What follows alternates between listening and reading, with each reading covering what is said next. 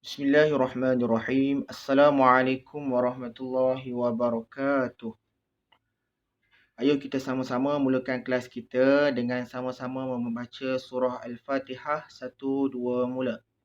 Bismillahirrahmanirrahim. Alhamdulillahi Rabbil Alamin. Ar-Rahmanir-Rahim. مالك يوم الدين إياك نعبد وإياك نستعين اهدنا الصراط المستقيم صراط الذين أنعمت عليهم غير المغضوب عليهم ولا الضالين.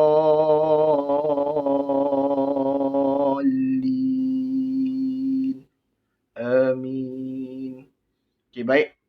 So, semua murid tahun 6, tolong keluarkan buku teks awak pada muka surat 22. Muka surat 22. Okey.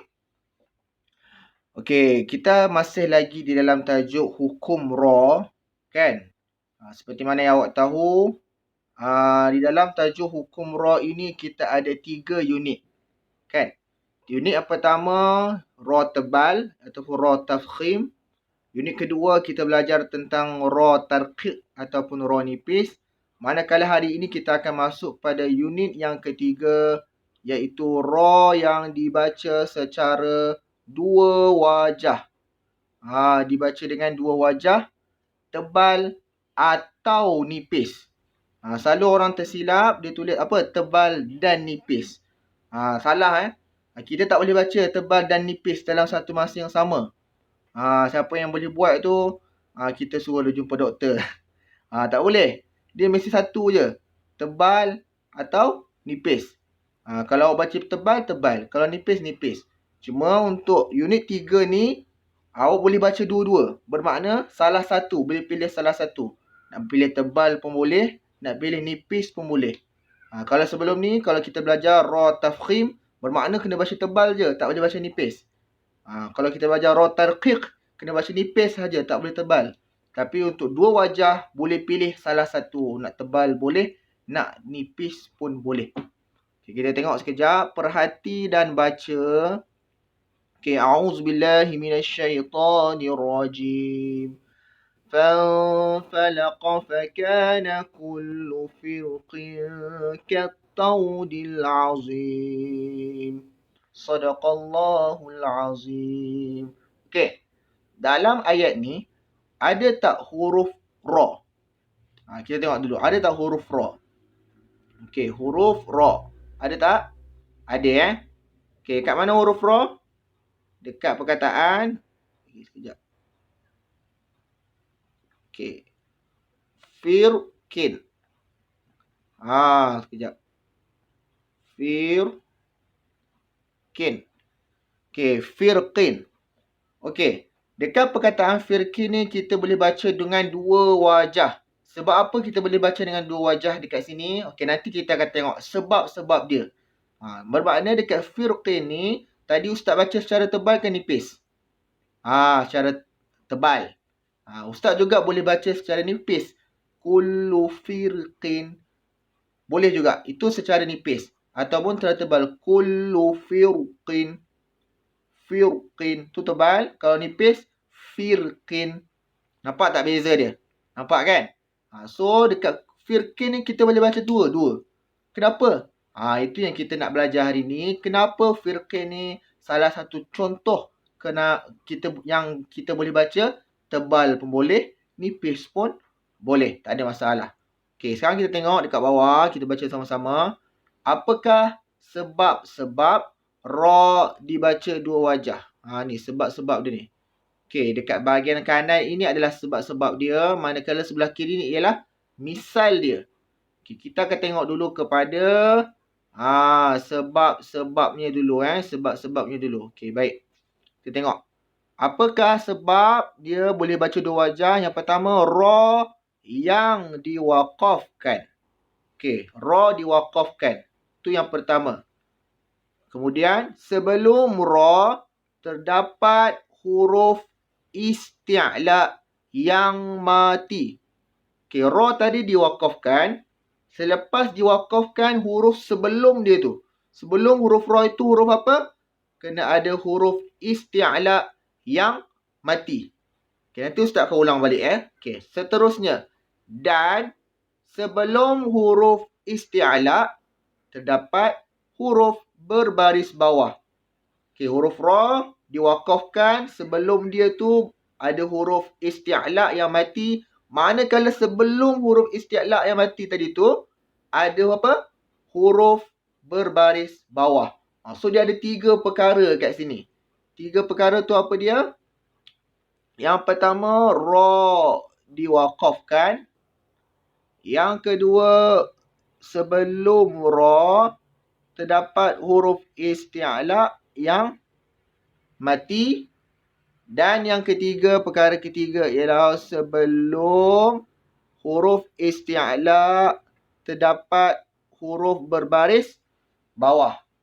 So ada 3 perkara yang kita kena pastikan dahulu. Kalau 3-3 perkara ni ada pada contoh ataupun misal tu, dia boleh dibaca dengan 2 wajah, tebal boleh, nipis pun boleh. Okey, faham? Okey, kita tengok contohnya macam mana. Contohnya, okey, misal ra yang dibaca 2 wajah. A'udzubillahi minasyaitanirrajim. Udkhulu Misr. Tu tebal ataupun nipis. Udkhulu Misr. Perbezaan ni ada walaupun tak ketara. Okey, boleh bezakan tebal dan juga nipis. Okey, kenapa kita boleh baca tebal dekat sini dan juga kita boleh baca juga nipis kat sini? Okey, kita tengok balik penjelasan dekat bahagian kanan tadi. Pertama sekali dia kata ra yang diwakafkan. Okey, kita wakaf tak dekat Misr ni? Ya, kita wakafkan. Okey, syarat pertama dah selesai. Syarat kedua, sebelum ra terdapat huruf isti'la yang mati. Ada tak? Sebelum huruf ra ni huruf apa? Huruf sad. Huruf sad isti'la ke tidak? Huruf sad ialah huruf isti'la. Ada berapa huruf isti'la? Ada 7. Khus, waqtin, qiz. Kha, sa, dha, ghain, ta, qaf, za. Ada 7 huruf isti'la. Siapa yang belum ingat, tolong cek balik dekat buku awak. Muka surat 17. Ada diceritakan tentang huruf-huruf isti'la. Okey, sekarang ni dia kata huruf isti'la yang mati. So, kita ada huruf sad. Huruf sad ialah huruf isti'la. So, dia dimatikan. Okey, syarat kedua dah selesai. Manakala syarat ketiga ialah sebelum huruf isti'la terdapat huruf berbaris bawah. Sebelum huruf sad, huruf apa? Huruf mim. Dia baris apa? Bawah. Jadi cukup tak 3 syarat tadi? Cukup. Bermakna apa? Dia boleh dibaca dengan tebal ataupun nipis. Okey, faham? Faham Okey, kita tengok contoh yang kedua, iaitu A'udzubillahi minasyaitanirrajim. Wa asalna lahu 'ainal qitr. Wa asalna lahu 'ainal qitr. Okey, beza tebal yang pertama, yang kedua dibaca nipis. Sama juga qitr. Ra diwakafkan. Okey, selesai. Sebelum huruf ra, huruf isti'la berbaris mati. Huruf ta sini baris mati. Okey, selesai. Sebelum huruf isti'la itu adalah huruf yang berbaris bawah. Kalau huruf qaf berbaris bawah. Selesai. So, 3-3 syarat tu ada. Qit tu kita boleh baca tebal pada huruf ra ataupun baca nipis pada huruf ra. Okey, boleh faham Okey, ini adalah sebab pertama kenapa ra dibaca dengan 2 wajah, tebal atau nipis. Okay, kita tengok pula yang kedua. Okey, kita tengok muka surat 23. Tengok buku teks awak muka surat 23. Okey. Kenapa pula sebab kedua ra boleh dibaca tebal atau nipis? Yang ialah okey, ra yang diwakafkan. Okey, pertama sekali ra itu mestilah diwakafkan. Garis sikit. Okey. Seterusnya dan selepas huruf ra terdapat huruf ya mahfuz. mahzufah. Minta maaf yang kedua, selepas huruf ra terdapat huruf terdapat huruf ya yang mahzufah. Ustaz dah tukar ra dengan ya ni.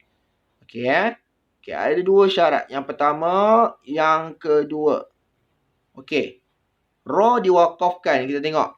Adakah ra di sini diwakafkan? Okey, kita boleh wakaf dekat sini an-asr.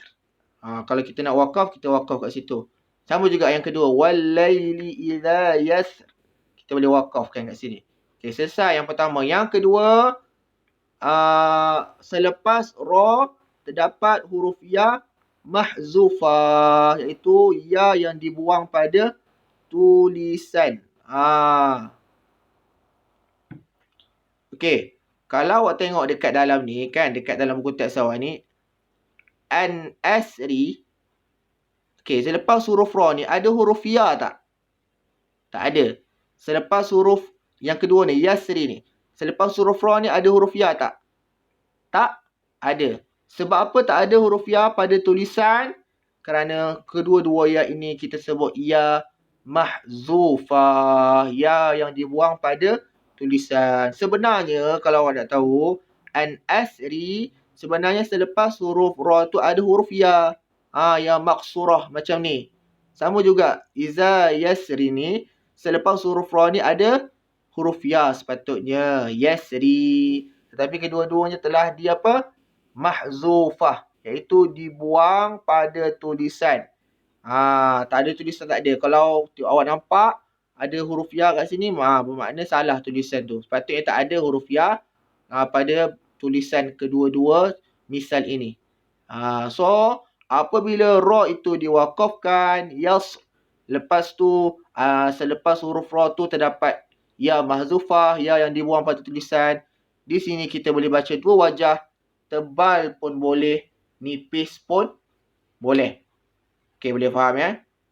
Okey, Ustaz pergi terus kepada yang ketiga. Kita tengok yang terakhir sekali.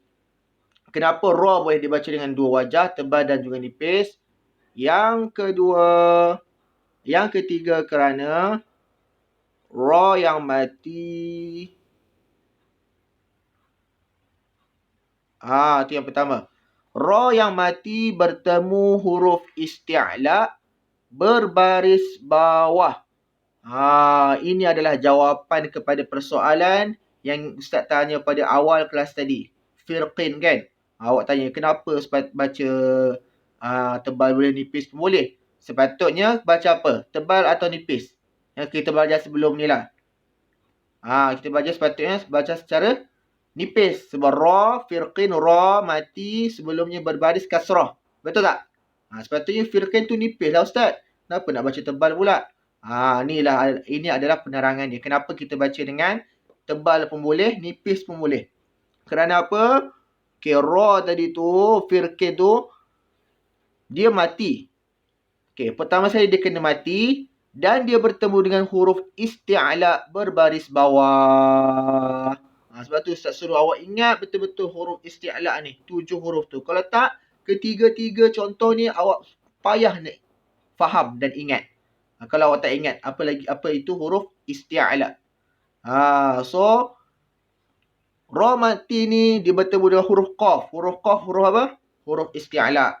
Ada dalam 7 huruf tu huruf isti'la. Dan huruf isti'la itu perlulah berbaris bawah.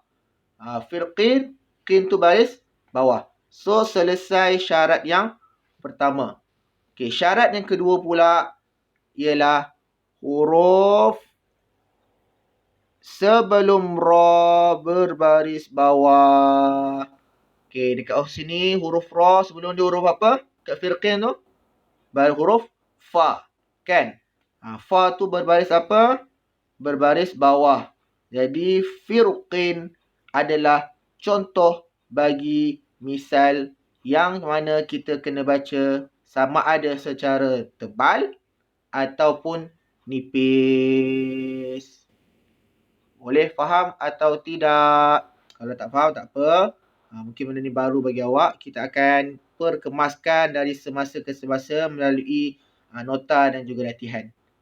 So ada berapa semua? Sebab ra dibaca tebal atau nipis, ada 3.